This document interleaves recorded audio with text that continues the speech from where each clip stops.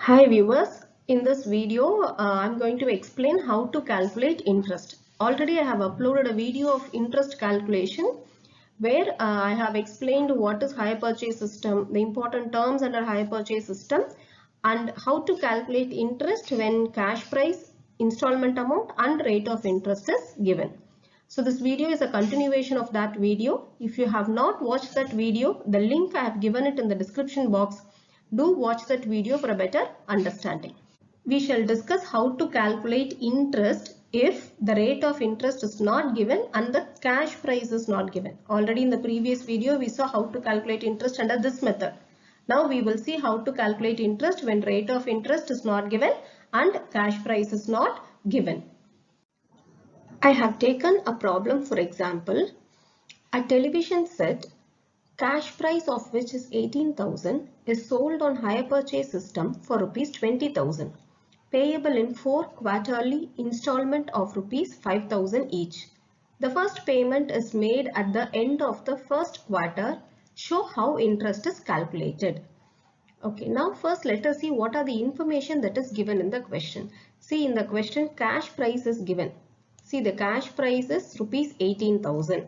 Then hire purchase system, that is hire purchase price is given. It is 20,000. 4 quarterly installment of rupees 5,000 each. So there is installment amount. 5,000 rupees is the installment amount. The first payment is made at the end of the first quarter. Show how interest is calculated. So we have cash price, we have hire purchase price, installment amount, but rate of interest is not given in the question. So if rate of interest is not given, how are we going to calculate the answer? So the first step is we have to calculate the total interest. Before calculating what is the interest for each installment, we are going to calculate what is the total amount of interest that is paid. That is very simple because I have already told you when I was talking about the important terms in hire purchase system. Interest is nothing but it is the difference between the cash price and hire purchase price. The difference between hire purchase price and cash price will give you interest.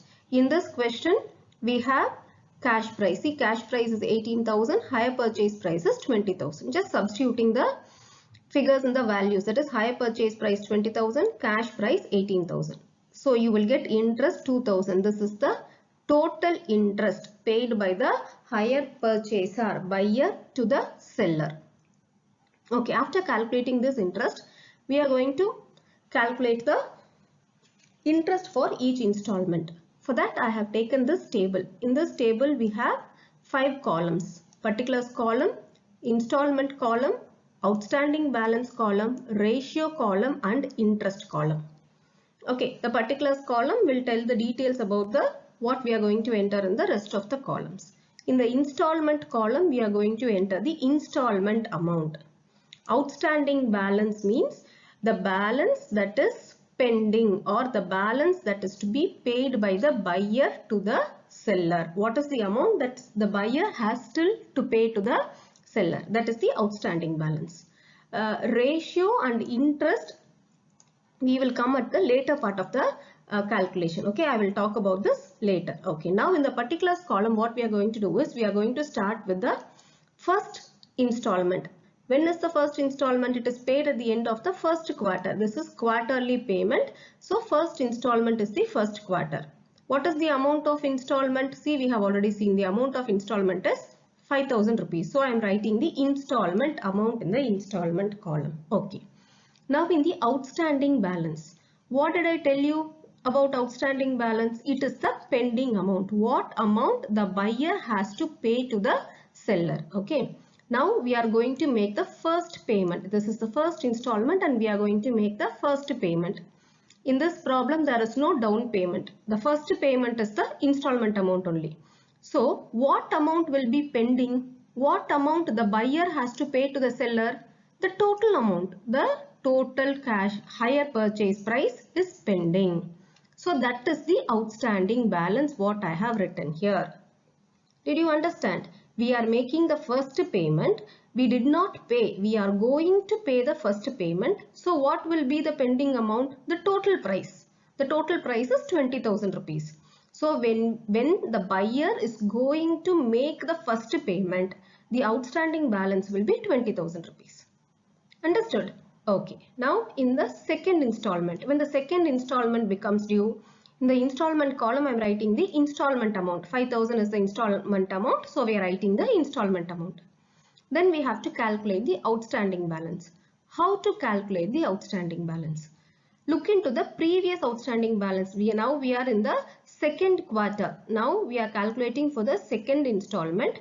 When we are calculating outstanding balance for the second installment, look into the previous outstanding balance. The previous outstanding balance was 20,000. The buyer has to pay to the seller 20,000 rupees. So out of this 20,000, he paid the first installment. The buyer paid 5,000 rupees in the first installment. So out of 20,000 rupees, the buyer paid 5,000 rupees. So what amount will be due when we are going to make the second payment? 15,000 rupees. I hope you understood this. 20,000 was actually due. Actually, the amount due was 20,000. The buyer paid 5,000 rupees in the first installment. So what is the net outstanding balance now? 20,000 minus 5,000. 15,000 is outstanding when the buyer is going to pay the second installment. Okay. Now third installment. Third installment amount is 5,000 rupees. We have to calculate the outstanding balance. See, we have to look into the previous outstanding balance. The previous outstanding balance was 15,000 rupees. When it was 15,000 rupees, the buyer paid 5,000 rupees. In the second installment, the buyer paid 5,000 rupees. So 15,000 was outstanding. The buyer paid 5,000 rupees. So now the outstanding balance is 10,000 rupees. You understood this? Initially 20,000 was outstanding. A payment of 5,000 was made. So 15,000 is outstanding. Again 15,000 is outstanding. A payment of 5,000 is paid. Now the outstanding balance is 10,000 rupees. So as and when a payment is made, we are reducing the amount and calculating the net outstanding balance. So simple it is. Okay. Now the last installment, fourth installment is the last installment. We are writing the installment amount in the installment column. Okay. 10,000 was actually outstanding. When we are going to make the fourth installment, when the fourth installment is to be paid, 10,000 rupees was outstanding. Out of which we paid 5,000 rupees. The buyer paid 5,000 rupees. So now what is the outstanding balance? Now the outstanding balance is 5,000 rupees. So is it clear? Calculating outstanding balance is very simple and easy. If you just listen a bit carefully, you will understand this. Okay. Now ratio. How to calculate this ratio? As we don't have rate of interest, we are going to calculate the ratio of outstanding balance. So how to calculate this ratio? See, I have taken the outstanding balance here. The outstanding balance for the first installment is 20,000 rupees. I have written it here, 20,000. Outstanding balance for the second installment is 15,000. So I have written 15,000. For the second installment, it is 10,000. So I am writing 10,000 here. And the outstanding balance for the fourth installment is 5,000. So we are writing 5,000 here. Okay. Now what we are doing? We are just striking off the common zeros. These three zeros are common in everything. So we are striking it off. Okay. Now what answer you get? You get 20 is to 15 is to 10 is to 5. Okay. So 5 is the common divisor, isn't it? So I am dividing everything by 5. So 5 4s are 20. 5 3s are 15. 5 2s are 10. 5 1s are 5. So this is my ratio. With this ratio, I am going to divide the interest. Okay, so this is what I have written in the ratio column. Why have I written 4 here? Because the ratio of the first installment is 4. See in the calculation, the ratio of the first installment is 4. So I have written 4 here. How did I get 10 here? It is nothing but the total. Total is 4 plus 3. 4 plus 3 plus 2 plus 1. You will get 10 as your total. So the total only I have written here. 4 by 10. Now in the second installment. What is the second installment ratio? 3. See in the calculation we have got 3. So 3 by 10. Then third installment 2 by 10. See, in the second installment the ratio is 2. So 2 by 10. Now in the last installment it is 1 by 10. The ratio is 1. So 1 by 10. Now by using this ratio we are going to apportion the interest. The total interest that we have already calculated is 2000 rupees. This 2000 rupees we are going to apportion for each installment. What is the interest amount that is paid for each installment? That is what I have done here. 2000 is the interest that I am apportioning it in the ratio of 4 by 10. So the interest for the first installment is 800. Then for the second installment 2000 is the total interest, 3 by 10 is the ratio. So the interest amount is 600 rupees. For the third installment 2000 is the ratio. 2000 is the interest, 2 by 10 is the ratio. So the interest amount will be 400. For the last installment 2000 into 1 by 10.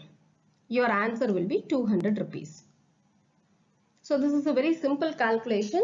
Hope you understood this. Okay, so I have taken this problem as example. Mr. Anbu purchased a machine by hire purchase system for rupees 30,000 to be paid as follows. Down payment 5,000. At the end of the first year 7,000, end of the second year 6,500, third year 6,000, at the end of the fourth year 5,500. Interest is charged at 10% per annum. At what value should the machine be capitalized? So this is the question.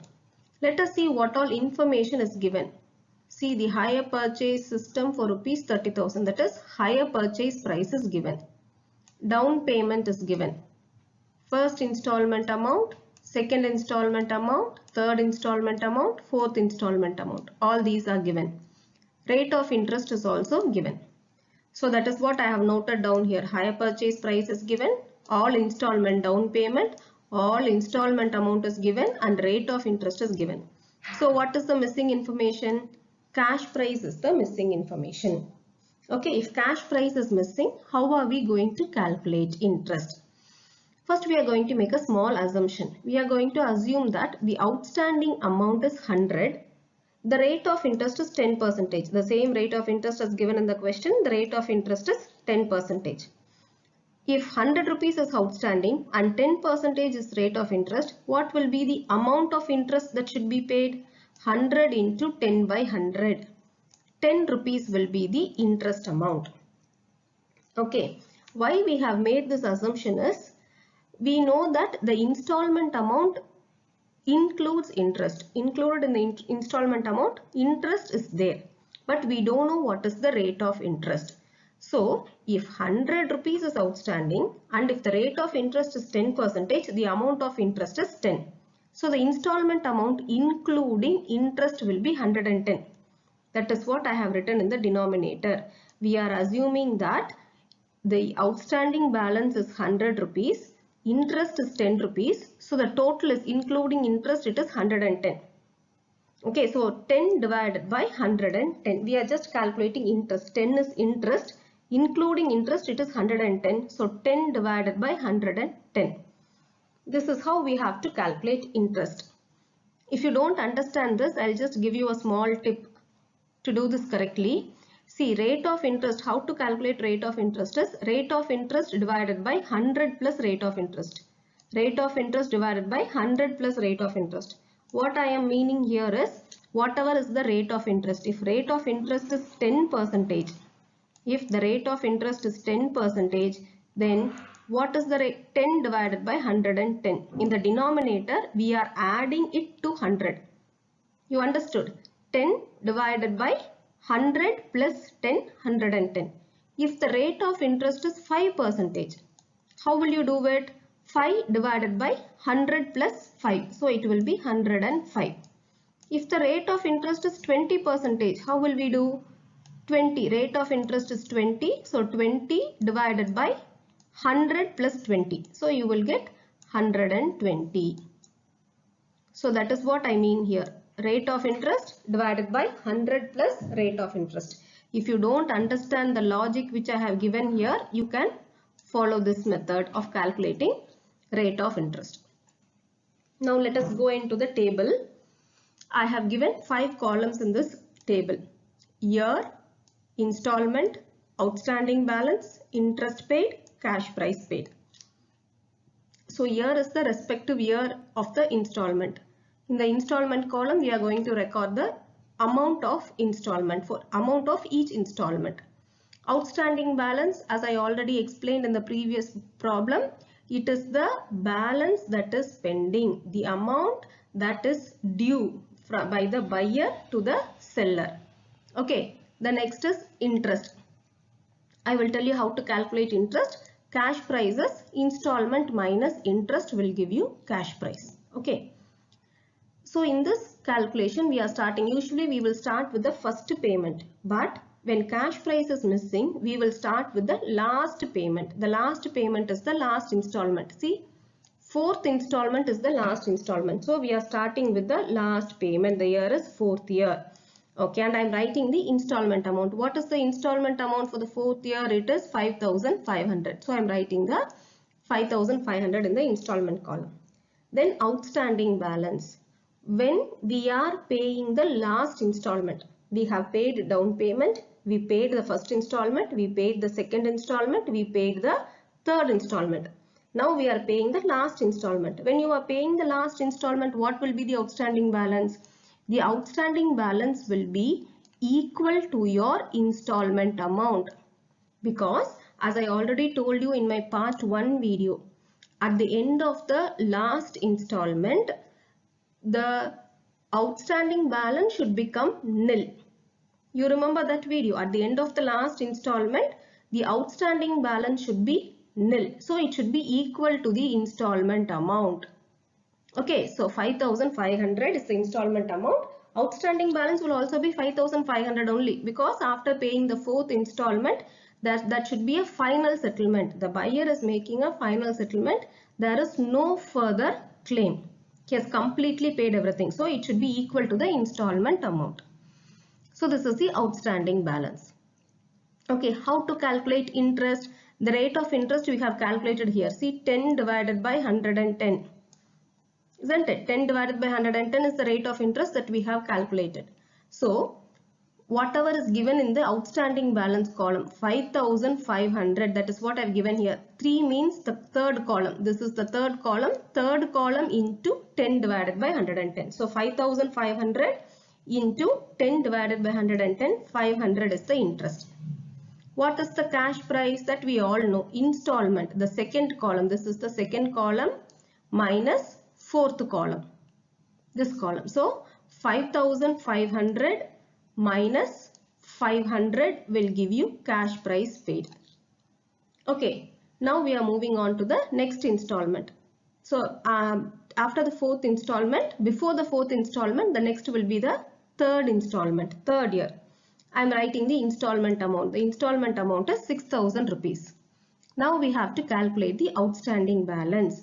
When we are going to pay the third installment, the amount of the fourth installment will also be outstanding. See here, the amount of, now only we are paying the third installment. Fourth installment, obviously we would have not paid.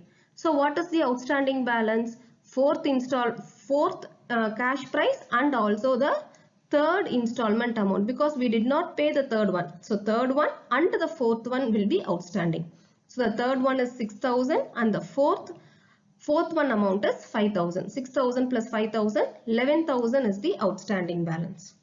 On this 11,000 we are calculating interest. 11,000 into 10 divided by 110, 1,000 rupees will be the interest.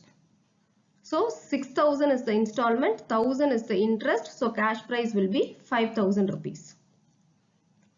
Then second year, second installment. Second installment amount is 6,500. When we are going to pay the second installment, what all amount will be due? Second installment amount will be due, third installment will be due, and fourth also will be due. That is what I have done here. 6,500. So I have written 6,500 for second installment. Third installment is 5,000. I have written third installment 5,000. Fourth installment 5,000. So that also I have written here. So 6,500 plus 5,000 plus 5,000 will give you 16,500, the outstanding balance for the second installment. This outstanding balance 16,500 into 10 divided by 110 will give you the interest amount. Then installment 6,500 minus 1,500 will give you cash price paid. Okay, then first installment. When the first installment is to be paid, first installment amount is 7,000. When we are going to make this first installment amount, what all will be due? First installment will be due, second, third, fourth, everything will be due. So first installment amount is 7,000, second is 5,000, third is 5,000, fourth is also 5,000. So I have added everything here, 7,000 plus 5,000 plus 5,000 plus 5,000. So total outstanding balance is 22,000. This 22,000 into 10 divided by 110. 1,000 rupees will be the interest amount. Cash price is 7,000 installment amount minus interest amount. Cash price is 5,000 rupees. Okay, the next payment is down payment. Down payment is 5,000 rupees. For down payment, we did not calculate interest. Why? Down payment is paid immediately soon after signing the agreement. Interest will be paid only for delayed payment. Okay, that is why we are calculating interest for first, second, third and fourth, because it is delayed payment.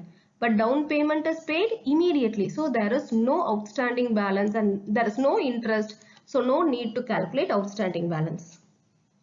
You understood? If we have to calculate interest, we have to calculate the outstanding balance.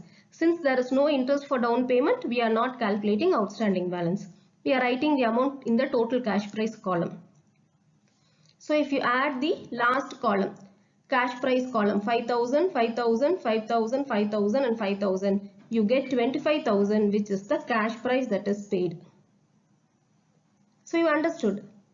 We have learned how to calculate interest if rate of interest is not given and cash price is not given.